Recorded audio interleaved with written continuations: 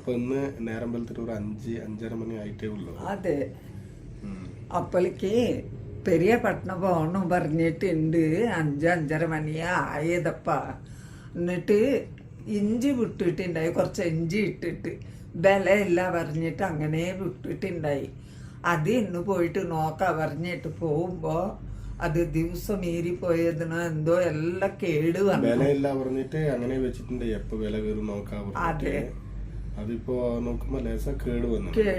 ഇനി അതിനെ വിട്ടെങ്കിൽ മൊത്തത്തിൽ എല്ലാ സൂക്കേട് വന്നിട്ട് പോയി കളയും. അപ്പോ ഇന്ന് പോയിട്ട് അതിനെ എടുക്കാനില്ല ഒരു തീരുമാനത്തിലുണ്ട്. അങ്ങനെ പോണിണ്ട് ഇന്ന്. പിന്നെ നോക്കാം. പിന്നെ അവിടെ പോയിട്ട് ഇന്ന് അതിന്റെ വിശേഷങ്ങൾ കാണാം. അതെ. രാവിലെ പോകുമ്പോ മഞ്ഞ് കണ്ടമ്മ? കണ്ട്. വണ്ടി ഓട്ടാനേ ആവൂല അങ്ങനത്തെ മഞ്ഞ് അല്ലേ. ഇവിടെ നിന്ന് പൊടിച്ചിട്ട് അവിടെ പറയോ മഞ്ഞ്, ഇതേപോലത്തെ മഞ്ഞ് കാണാൻ പാങ്ങുണ്ട് കാഴ്ചക്ക്. ഡ്രൈവിംഗ് ആക്കുന്നതെല്ലാം ഭയങ്കര കെയർഫുൾ ആയിട്ട് ആക്കണോ. അപ്പുറത്തുനിന്ന് ലൈറ്റ് ഇടാണ്ട് ഏതെങ്കിലും വണ്ടി വന്നെങ്കിൽ ഇങ്ങോട്ടൊന്നും കാണുവേ ഇല്ല. അല്ലേ. പെരിയ എന്ത് ഉൻസൂര് അല്ലേ, പെരിയാപട്ടണ. രാവിലെ അവിടേക്ക് എത്തുമ്പോ 7:30 മണി ആയിട്ടുണ്ടായി. ആ സമയത്ത് തന്നെ ഇതാ കടികളെല്ലാം റെഡി ആയി. ഫുട്പാത്തിലുള്ള ഹോട്ടല് ഒരു വണ്ടിയിൽ തന്നെ ഹോട്ടൽ മാതിരി ആക്കിയിട്ട് വിൽക്കല്. ബൺസ്, പഴംപൊരി, ഈ തൈരിലിട്ടിട്ടുള്ള വട, ഇത് നോർമൽ വട, ഇതെന്തോ ഒരു ബജ്ജി, ഇത് അവല്, ഇത് പക്കോട. ചൂടുണ്ടാവല്ലേ. അപ്പൊ നമ്മള് ഇഡ്ലി വട എടുത്ത് എന്നിട്ട് ഒരു കട്ടൻ കാപ്പി.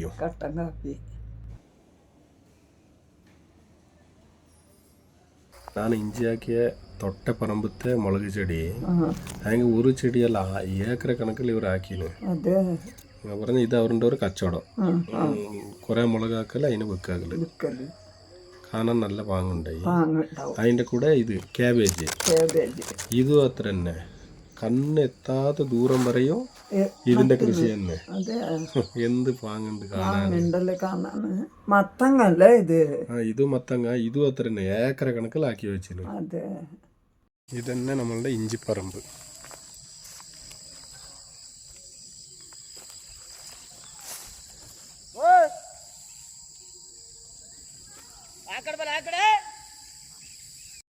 അതെല്ലാം നോക്കിക്കൊണ്ടിരിക്കുമ്പോ ഇഞ്ചി പറിക്കാനുള്ള ആൾക്കാർ വന്ന് പിന്നെ ഇപ്പൊ ഇഞ്ചി പറി തുടങ്ങി. 50 ആൾക്കാര്. പിന്നെ ഇഞ്ചി എങ്ങനെ ഉണ്ട് മോനെ? ഇഞ്ചി മോശമില്ല, വില മാത്രമില്ല. നമ്മൾ എപ്പോഴും അങ്ങനെ തന്നെ. ഇതെന്താ പറഞ്ഞെങ്കിൽ നമ്മളുടെ അലിയ മൂപ്പർ ഒരു ചെറിയ സഹായാക്കിയിട്ടുണ്ടായി.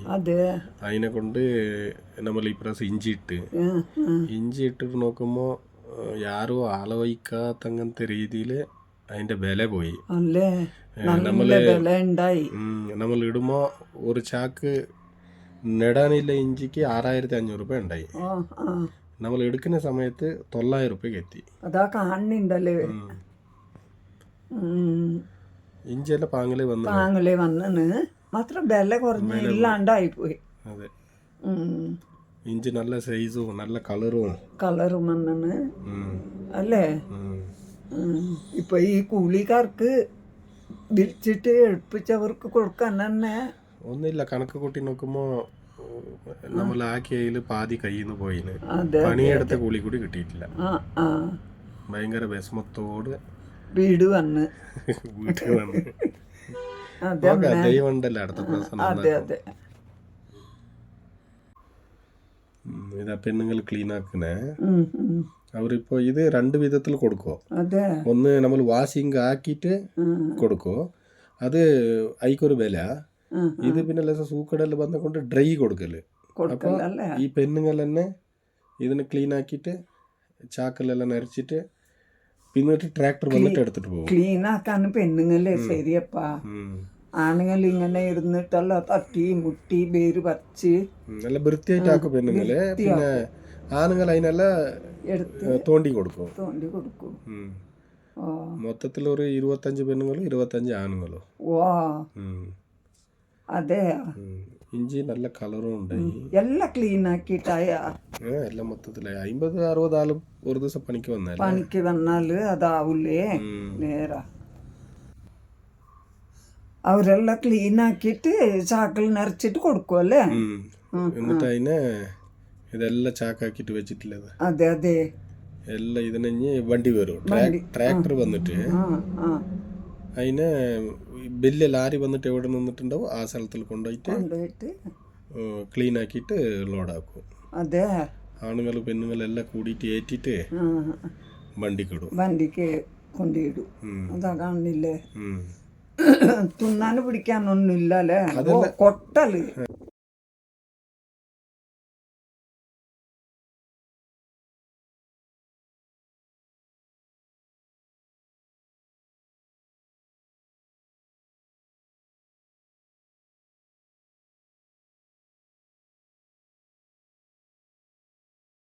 എന്നിട്ട് ആ ട്രാക്ടർ വന്നിട്ട് ഇവിടെ നിലത്ത് കൊട്ടിയിട്ട് എന്നിട്ട് അവിടെ വേറെ ഒരു ടീം ഉണ്ടാവും. അവർ അതിനെ വൃത്തിയായിട്ട് ഒരു അതിൻ്റെ മണ്ണെല്ലാം അങ്ങോട്ടും ഇങ്ങോട്ടും കളഞ്ഞിട്ട് നല്ല ഇഞ്ചിനെല്ലാം എടുത്തിട്ട് ചാക്കിലാക്കിയിട്ട് ഇടും, വൃത്തിയാക്കിയിട്ട് അല്ലേ. ഇത് ബിസ്ക്കറ്റ് കളർ ഇഞ്ചിന്ന് പറയുമോ, ഇഞ്ഞൊന്ന് വരും ചുവന്ന കളർ ഉണ്ടാവും. ഇതിവിടെ ക്ലീൻ ആക്കിക്കൊണ്ടില്ലത് 3 മുള്ളില്ല അങ്ങനത്തെ ഒരു സാധനം അല്ലേ, ആയുധം നമ്മളുടെ കയ്യില്. അതിനെ വലിച്ചിട്ട് അപ്പൊ മണ്ണെല്ലാം വേറെ സ്ഥലത്ത് പോകും, വരും ഇഞ്ചി മാത്രമേ വരും. അതെ, എത്ര മണ്ണുണ്ട്. എന്നിട്ട് അതിനെടുത്തിട്ട് ഈ പോലത്തെ ചാക്കിലാക്കും. ഒരു ചാക്ക് 50 കിലോത്തേക്ക് ആക്കും. 50 കിലോത്തേക്ക് ഒരു ചാക്കനാക്കിയിട്ട് കറക്റ്റ് ആക്കിയിട്ട് വെക്കും. ഈ ജാതി തുന്നിട്ടെല്ലാം ആയ പിന്നെ ക്ലീൻ ആയിട്ട് ഒതുക്കിയിട്ട് വെച്ചിട്ട് എന്നിട്ട് ലാസ്റ്റ് അതിൻ്റെ എണ്ണെല്ലാം എടുത്ത പിന്നെ വന്നിട്ട് വണ്ടി വന്നിട്ട് കണക്കെടുത്ത പിന്നെ അല്ലേ. ഇതിപ്പോ എല്ലാം ആക്കിയിട്ട് ഒതുക്കി വെച്ചിട്ടുള്ളത്, ഒതുക്കി വെച്ച് കംപ്ലീറ്റ് ആയി അല്ലേ. ആയി. എന്നിട്ട് ഇത് കഴിഞ്ഞ പിന്നെ ഇനി അവിടെ ലേസം ഉണ്ട്, അത് ഇട്ടത് പിന്നെ ലാരി കഷ്ടപ്പെട്ടേക്കില്ല. ഇഞ്ചിയെല്ലാം നല്ലോണം വന്നു അല്ലേ. അതേ ഞാൻ പറയണത്, എത്ര നിങ്ങൾ കഷ്ടപ്പെട്ടോ ഇതിൽ നഷ്ടമായാലും ഇനി ഒന്നും നിന്നെ പൊന്തിക്കൂ. ഇന്ന് ഇഞ്ചി പറിക്കാനില്ല മൂല കാരണം ഇതാ ഇത് വെള്ളക്കേട്. കന്നഡത്തിൽ വെല്ലത് കയ്യിലേ പറയുമോ. ഇത് നല്ല ഇല്ല ഇഞ്ചി. അതിൻ്റെ തൊട്ടടുത്ത് തന്നെ ഇതാ ഈ പോലത്തെ സൂക്കേട് ഇഞ്ചി. ഇതങ്ങനെ വിട്ടാൽ എന്താവും പറഞ്ഞെങ്കിൽ ഒന്നുക്കൊന്ന് സ്പ്രെഡായിട്ട് ഒരാഴ്ച ഒന്നും വേണ്ട, ഒരേക്കറിൻ്റെ അത്ര ഇല്ല ഇഞ്ചിയെല്ലാം നസഞ്ഞ് പോയി കളിയോ. അതിനെക്കൊണ്ട് ഇപ്പോൾ വില കയറിക്കൊണ്ടുണ്ട്. അങ്ങനെ നമുക്ക് അതിനെ വെച്ചിട്ട് വില വരുന്ന വരെ നിന്നിട്ട് പറിക്കാനില്ല, ഭാഗ്യമില്ല.